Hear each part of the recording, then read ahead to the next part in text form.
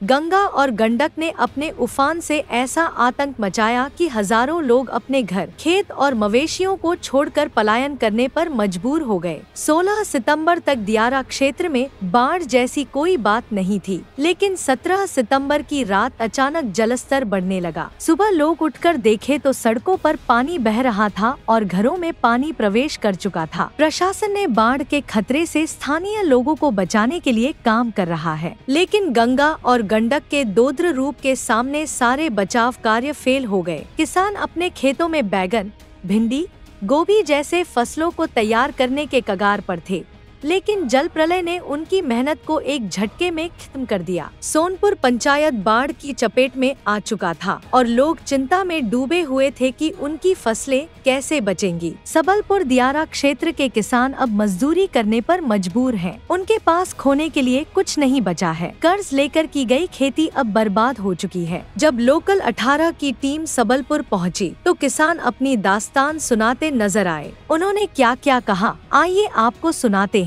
जो खाने पीने वाला था सब बर्बाद हो गया। हम लोग का क्षति बहुत है। सरकार इस पर ध्यान नहीं दे रहा है। कोई देखने आया है? कोई देखने नहीं आया है। ना कोई विधायक आया है, ना कोई नेता आया है, ना मुखिया कोई आया है। कोई नहीं आ रहा है। हम लोग तो खेती कर रहे थे, तो खेती में लगे हुए थे। बाढ़ है, उसके बाद आप लोग कहाँ मैंने निकल के यहाँ से? निकल के ऊंचा पर थे। हाँ, जब आए तो पूरा खत्म? हाँ, पूरा खत्म हो गया। तो यहाँ तो बहुत सा सामान नुकसान हुआ। रह रहे थे, अब घर द्वार छोड़ करके इधर उधर जहीं तहीं लोग शरण लिए हुए था।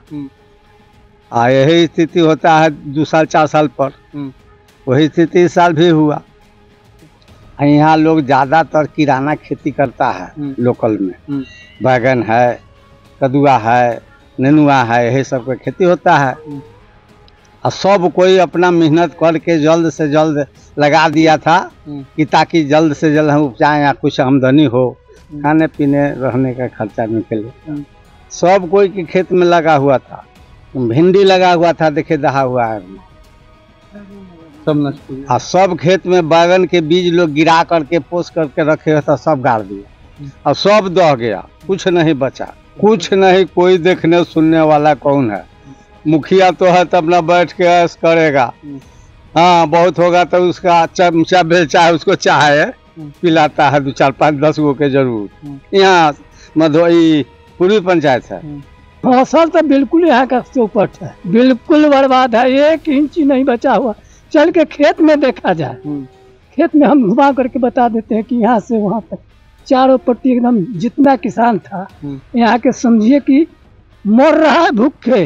लेकिन कोई आदमी इस पर ध्यान नहीं दे रहा है। कोई नहीं, खाली कहता है कि हम पंच हैं। कोई नहीं देखने आया कि कौन मर रहा है, कौन जिंदा। सरकार नाव दिया, ना कोई सुविधा दिया, ना कुछ दिया। और मतलब सितंबर महीना में मुख्यमंत्री जी बोले का कि बाढ़ आता है क्या, कि बाढ़ नहीं आता है। तो बाढ़ नहीं आया तो ये सब क्षति कैसे हो गया? क्या ये मतलब बारिश के पानी से हुआ कि किस चीज से हुआ? उनको भी समझ नहीं है, क्योंकि उनको समझ में कैसे आएगा? क्योंकि वो तो बड़े बड़े विशाल मकान में बैठ रहे हैं, बड़े बड़े गाड़ी में घूम रहे हैं, हेलीकॉप्टर से घूम रहे हैं। जमीन पर रहेंगे तब ना पता चलेगा। किसान के पास जाएंगे, जनता के पास जाएंगे, तब ना दर्द समझेंगे। ये मेरा 4 पंचायत है, चारों पंचायत का स्थिति दयनीय हो गया। लोग घर छोड़ छोड़ कर भागने लगे। माल जाल को जहाँ तहाँ ले जाकर रखा शहरों में। शहर वाले अलग भगा रहे थे कि यहाँ पर क्यों माल जाल ले लिया, क्यों लाया, कचरा कर रहा है। दियर का आदमी आ गया तो शहर में भी नहीं रहने दे रहा है बड़े लोग, पैसे वाले लोग।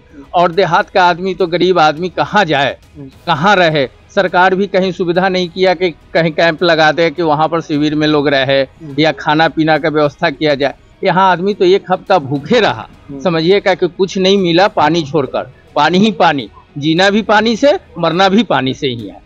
ये स्थिति हो गया है। अनिल प्रसाद यादव ने बताया कि 1 सप्ताह पहले बाढ़ आई थी और प्रशासन की ओर से कोई व्यवस्था नहीं की गई थी। उन्होंने अपने गांव को छोड़कर शहर में मवेशियों के साथ रहना शुरू कर दिया। अब जब हम अपने गांव लौट रहे हैं तो खेतों की हालत देखकर मायूस हो गए हैं। सरकार की तरफ से भी कोई मदद नहीं मिल रही है। ऐसे में ये कहना गलत नहीं होगा कि बाढ़ के बाद किसानों की स्थिति बेहद खराब हो गई है। फसलें बर्बाद हो चुकी हैं और अब उन्हें नए सिरे से जिंदगी जीने की चुनौती का सामना करना पड़ेगा। इस कठिनाई के समय में सरकारी सहायता और संसाधनों की बेहद जरूरत है ताकि लोग फिर से खड़े हो सकें और अपनी फसलें उगा सकें।